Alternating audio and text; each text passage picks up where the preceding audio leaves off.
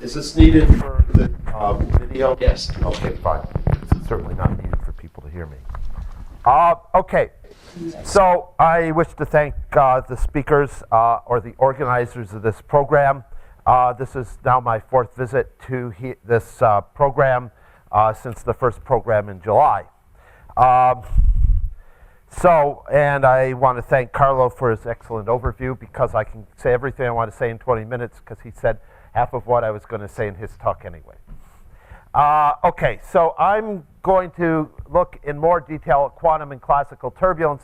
I mainly specialize in monster calculations of classical Navier-Stokes-Euler turbulence, and I branched off into the quantum case a few years ago because I realized if I could understand things in the quantum case, I would be able to understand things better in the classical case, and that has turned out to be extremely true.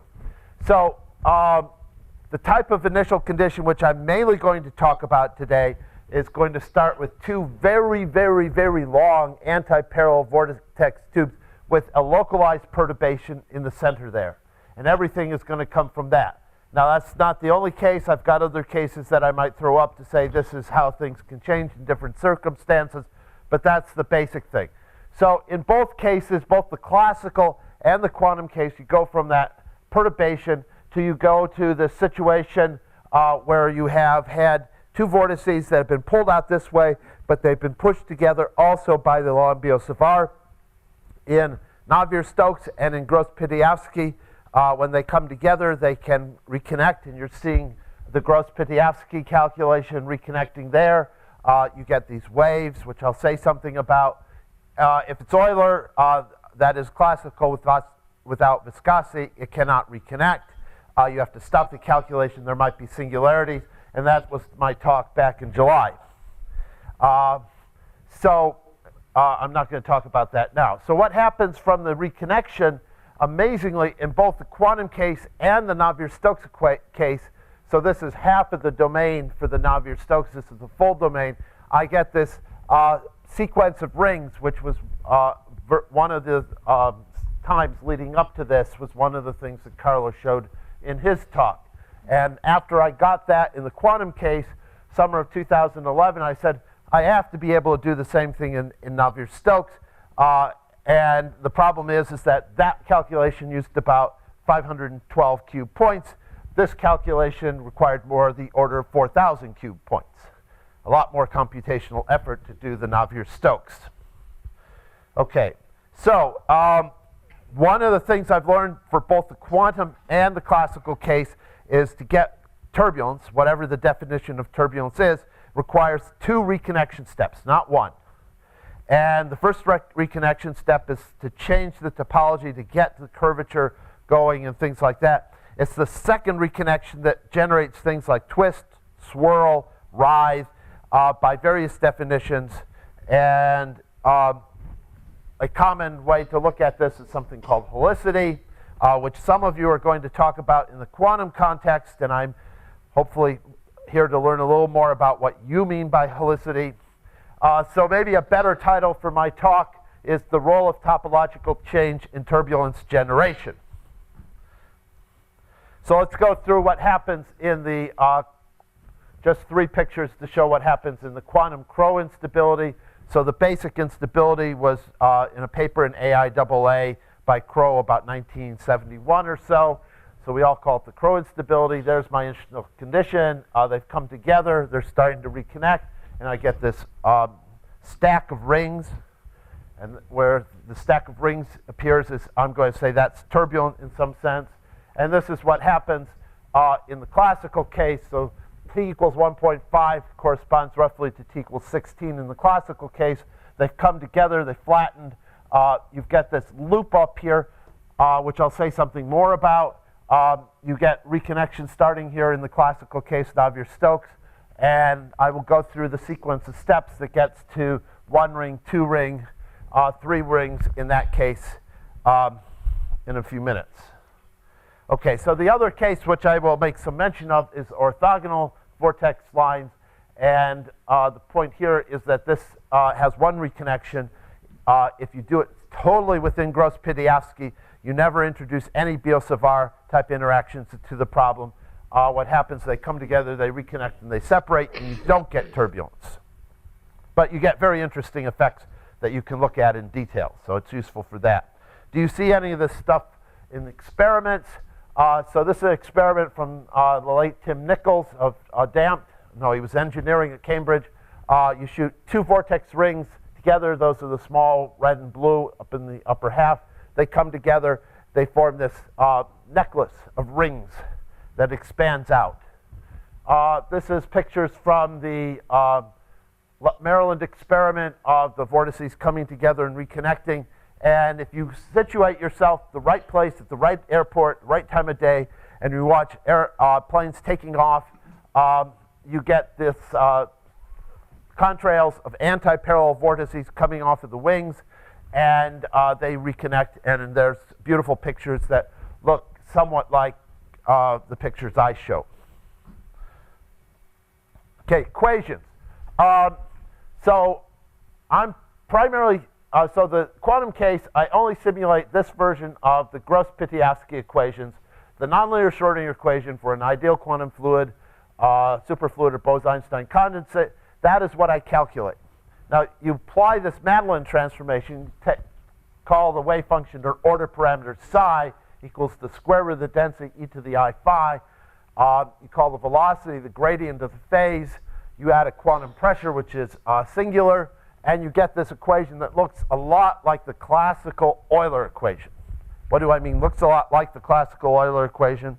Well, here's the Navier-Stokes equations. In green is the Euler equations. That is no viscosity. You add viscosity, you get that term in your Navier-Stokes. I'm considering rho equals 1.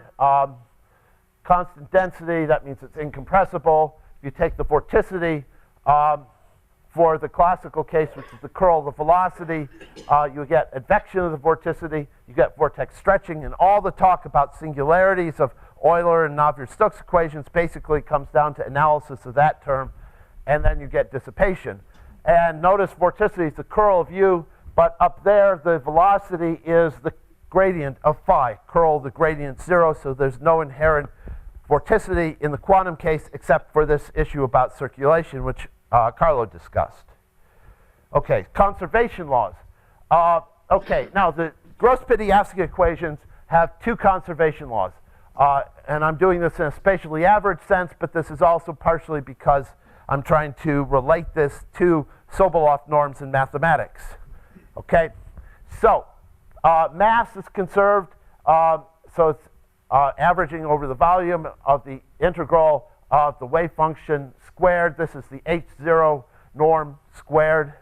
You take the Hamiltonian, which is conserved, the total energy. That's composed of what I'm calling kinetic part, which is the gradient of the wave number, wave function.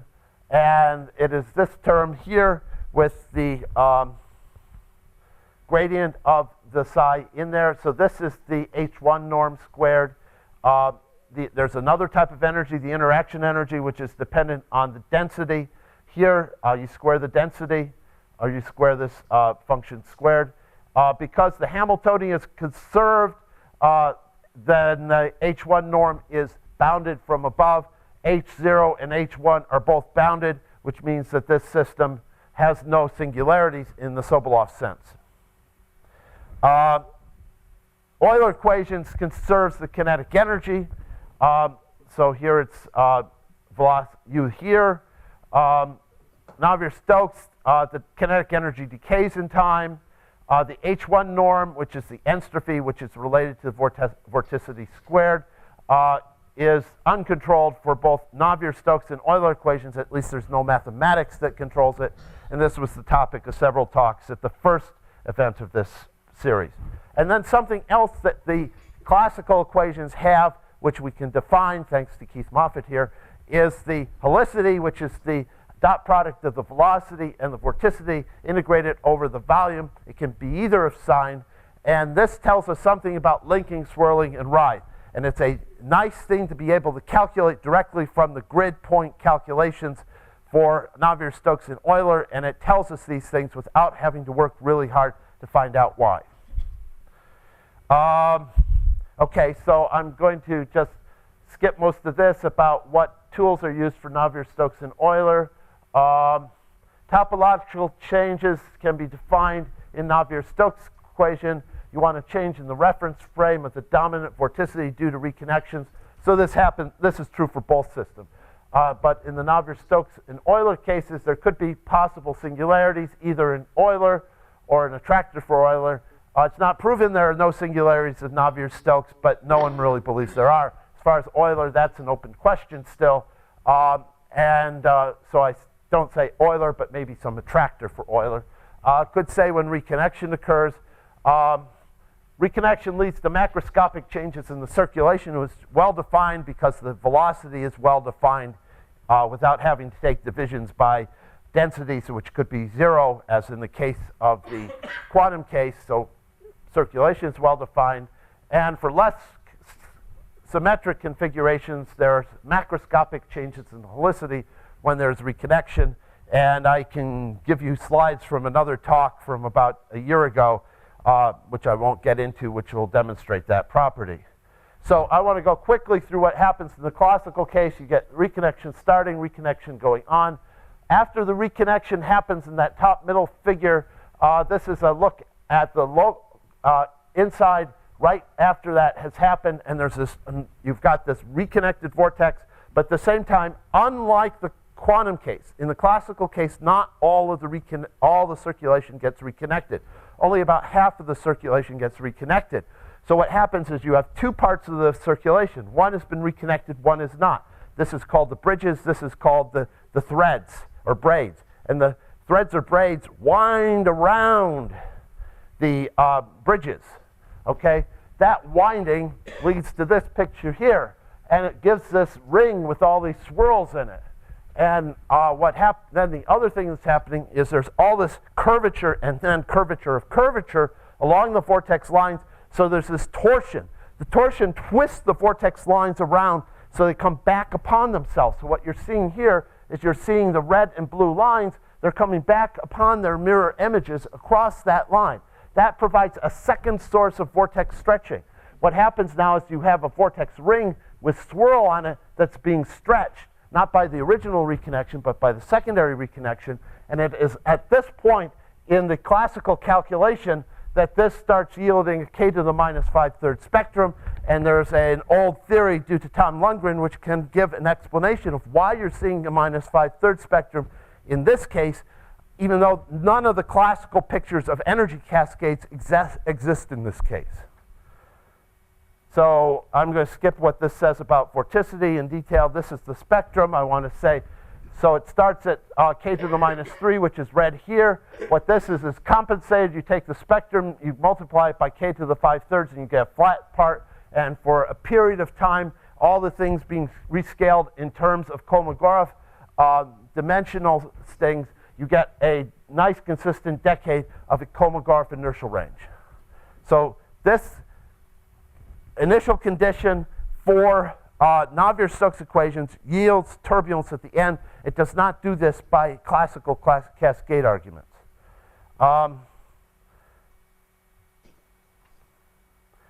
And helicity. I want to say, okay, so this picture up here, the global helicity of a picture like this is 0 due to the symmetries, but each quadrant has a big section of helicity, either big, large, positive, or big, large, negative.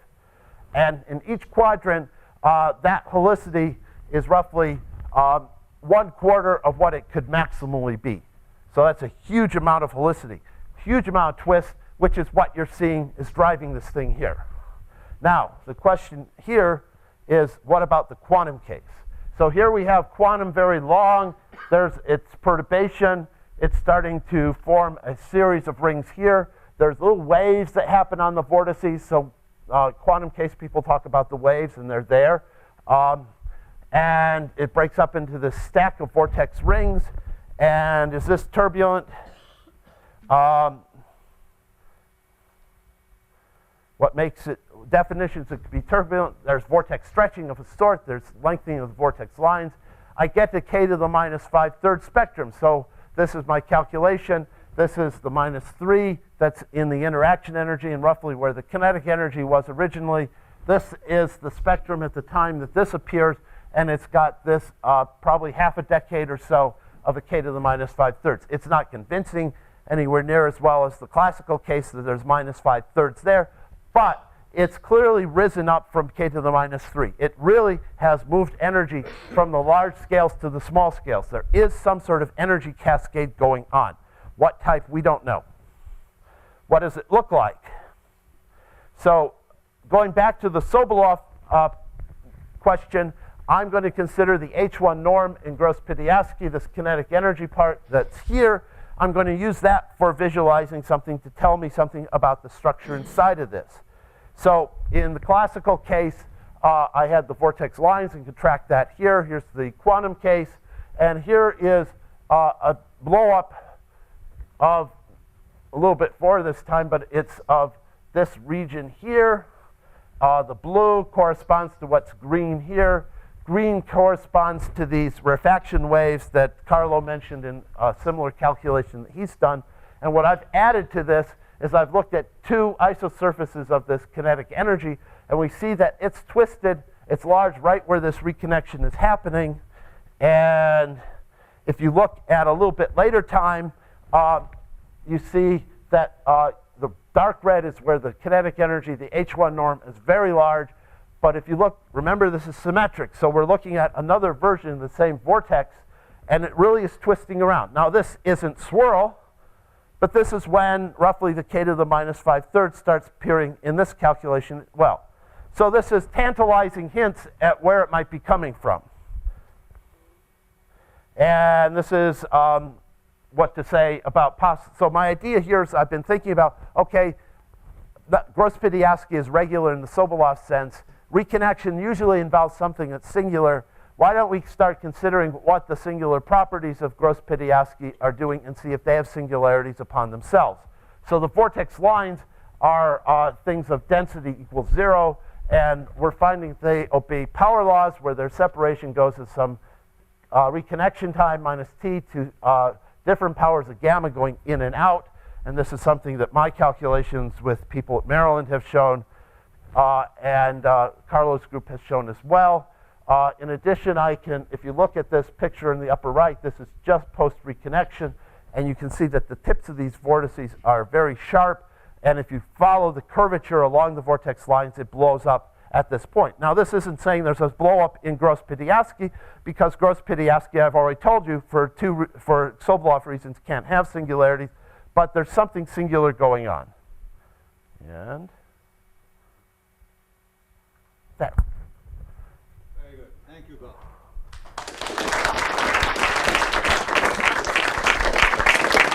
Perfect timing. Yes. Time for one or two questions. Yoshi. I believe -5/3 is due to small scale, isotropic small scales. So no, it doesn't have to be isotropic. The Munger nut model has no isotropy built into it at all. It gets -5/3 completely without any reference to isotropy. It's true. Renzo. there is a recent result by Sumner, Lang, and myself that proves that Rife is additive upon reconnection. Yeah. So I would wonder, could be interesting to seek a possible relationship between the K minus 5/3 and the role of twist. Yes.